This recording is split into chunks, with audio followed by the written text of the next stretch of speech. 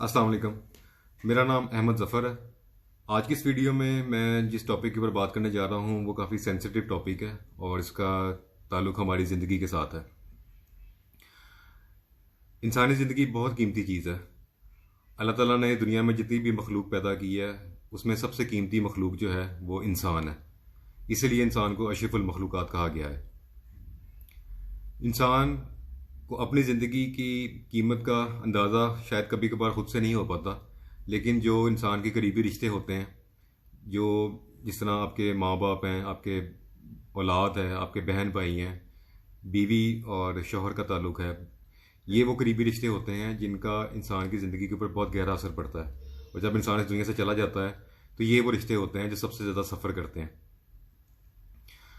आज हमारे माशरे के अंदर मायूसी और नाउमीदी बहुत तेज़ी के साथ बढ़ रही है। क्या इस मायूसी और नाउमीदी का ताल्लुक सिर्फ हमारे मुआश के साथ है, या जिसे इकोनॉमिक प्रॉस्पेरिटी कह सकते हैं, हमारे मुल्क के हालात बेहतर नहीं हैं, क्या इस वजह से लोगों में मायूसी और नाउमीदी बढ़ रही है? मैं मिसाल के तौर पे आपको बताता हूँ कि दुनिया में सबसे तरक्की याफ्ता मुल्कों की अगर लिस्ट निकाली जाए तो उसमें जापान सबसे ऊपर आता है। और तरक्की याफ्ता मुल्क होने के बावजूद जापान में सबसे ज़्यादा सुसाइडल रेट है। दुनिया में सबसे ज़्यादा लोग जो हैं वो सुसाइड जापान के अंदर करते हैं। यहाँ से एक बात तो क्लियर हो गई कि खुशी का ताल्लुक पैसे के साथ नहीं है, खुशी का ताल्लुक मटीरियलिज्म के साथ नहीं है, खुशी का ताल्लुक इंसान के करीबी रिश्तों के साथ है, खुशी का ताल्लुक आपके करीबी रिलेशनशिप्स के साथ है। अल्लाह ताला का शुक्र है कि पाकिस्तान जैसे मुल्क के अंदर जहाँ पे हम रहते हैं वहाँ पे आपकी स्ट्रॉन्ग बॉन्डिंग होती है अपने करीबी रिश्तों के साथ। आपके साथ ऐसे लोग मौजूद होते हैं हर वक्त जो आपकी बात सुनते हैं, आपको एडवाइस करते हैं, आपको बताने वाले लोग होते हैं आपके पास, आपकी बात को सुनने समझने वाले लोग होते हैं, आपके साथ चलने वाले लोग होते हैं, आपके साथ रुकने वाले लोग होते हैं, हर अच्छे बुरे हालात में आपका साथ देने वाले लोग होते हैं। अगर जापान दुनिया का सबसे तरक्की याफ्ता मुल्क है और अगर सिर्फ तरक्की ही सब कुछ है इंसान के लिए ज़िंदगी के अंदर, तो फिर वहाँ पे लोग सबसे ज़्यादा खुदकुशी ना करते। सुसाइडल रेट दुनिया में तेज़ी से बढ़ रहा है इस वक्त, और इसके कुछ असरात जो हैं वो पाकिस्तान के ऊपर भी आ रहे हैं। इसकी क्या वजह है? सबसे बड़ी वजह सुसाइड की जो है वो डिप्रेशन है। डिप्रेशन बेसिकली एक ऐसी टर्म है जिसको नॉर्मली लोग जो हैं वो नहीं समझ पाते, और लोग इसको एक टेम्परेरी परेशानी या तकलीफ़ के साथ एसोसिएट कर देते हैं।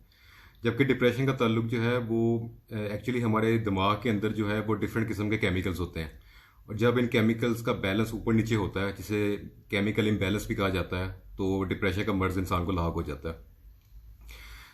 डिप्रेशन का एक फेज़ ऐसा भी आता है कि डिप्रेशन का जो मरीज़ होता है, जब इंसान डिप्रेशन में चला जाता है तो एक इसकी स्टेज ऐसी आती है कि जब इंसान मायूसी और नाउमीदी के गढ़ों में इस हद तक गिर जाता है कि वो ये समझना शुरू हो जाता है कि अब मेरा जिंदा रहने से ना किसी को कोई फ़र्क पड़ता है और ना ये दुनिया मेरे इस काबिल है कि मुझे यहाँ पे ज़िंदा रहा जाए, तो इस लिहाजा वो अपने हाथों से अपनी जान ले लेता है। और ये बहुत एक्सट्रीम केस के अंदर हो जाता है जब डिप्रेशन इस हद तक बढ़ जाता है और इंसान मायूसी में इतना आगे बढ़ चला जाता है और किसी के साथ शेयर नहीं कर पाता अपनी बातें, तो वो इस तरह का बड़ा कदम उठा लेता है।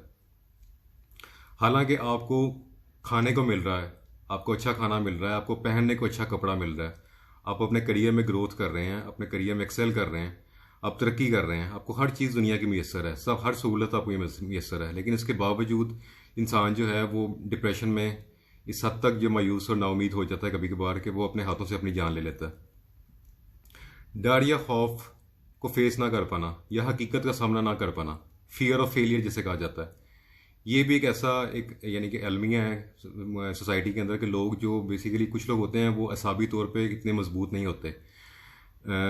उनके अंदर ये टेंडेंसी नहीं होती कि वो किसी परेशानी को या एकदम से उनके ऊपर कोई मुसीबत आ जाती है या तकलीफ़ में वो कोई तकलीफ़ों को घेर लेती है, तो वो उनके अंदर इतनी टेंडेंसी नहीं होती कि वो उसके कैसे कोप अप करें उसके साथ। लिहाजा वो इस मुश्किल सिचुएशन के अंदर जो है वो कई दफ़ा सुसाइडल थाट्स उनको आना शुरू हो जाते हैं। गिल्ट एक ऐसी चीज़ है, मिसाल के तौर पे इंसान से कोई ऐसा गुनाह सरजद हो जाता है या कोई ऐसा बुरा काम हो जाता है, तो उसको ये हर वक्त डर लगता है कि अगर लोगों को इसके बारे में पता चल गया तो लोग जो है वो इंसान के बारे में अपनी ज़ात को लेकर वो इतना कंसर्न हो जाता है कि लोग उसके बारे में क्या कहेंगे। ये एक फियर ऑफ फेलियर या अपनी ज़ात के बारे में लोगों के बेसिकली ज़्यादा आप इतना उनके बारे में कंसर्न हो जाते हैं कि लोग आपकी ज़िंदगी के बारे में कोई ऐसे अजीबोगरीब सवाल उठाना शुरू कर देंगे, तो लिहाजा उसके बाद आप उन कुछ चीज़ों को कैसे फेस करोगे।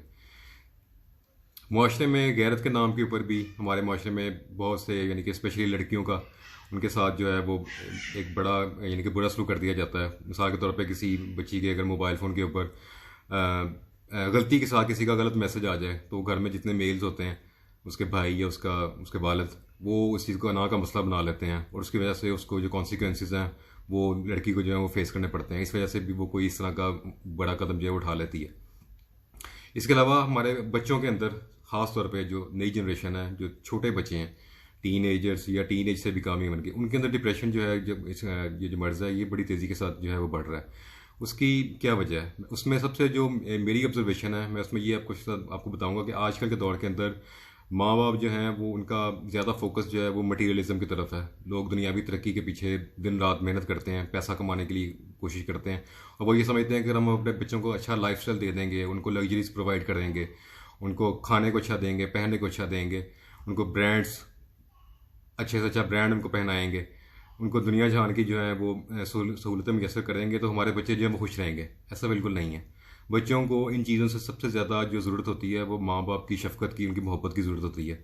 आपको अपने बच्चों के साथ फिज़िकली टाइम स्पेंड करने की ज़रूरत है।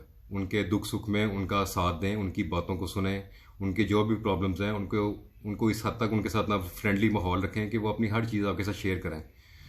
ये वजह है कि आजकल बच्चों को हमें मोबाइल फ़ोन, टैबलेट्स और इंटरनेट के ऊपर वो उनका सारा दिन गुजरता है, उसमें न जाने वो क्या कुछ देखते हैं। बहुत सी वीडियो गेम्स ऐसी हैं जिसमें वायलेंस दिखाया जाता है, बच्चे उसकी वजह से भी ज़हनी मरीज़ बन जाते हैं।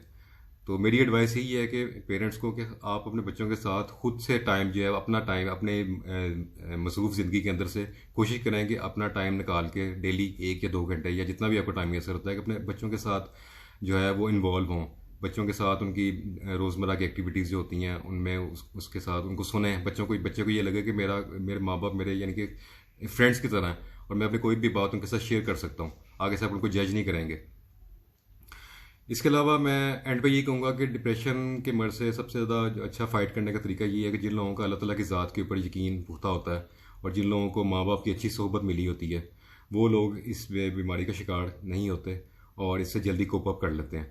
लिहाजा अपने ईमान को मजबूत रखें, अल्लाह ताला की ज़ात पे यकीन अपना पुख्ता करें। दुनिया की मुसीबतें, परेशानियाँ सब टेम्परेरी होती हैं और ये एक ना एक दिन, जैसे अच्छा वक्त कभी नहीं रहता, बुरा वक्त भी कभी हमेशा के लिए नहीं रहता, और परेशानियाँ और तकलीफ़ें इंसान की ज़िंदगी का पार्ट हैं। आज अगर आप किसी परेशानी में मुब्तला हैं तो इंशाल्लाह कल आपके लिए जो है वो एक अच्छा दिन साबित होगा और आप इन चीज़ों से रिकवर कर जाएंगे।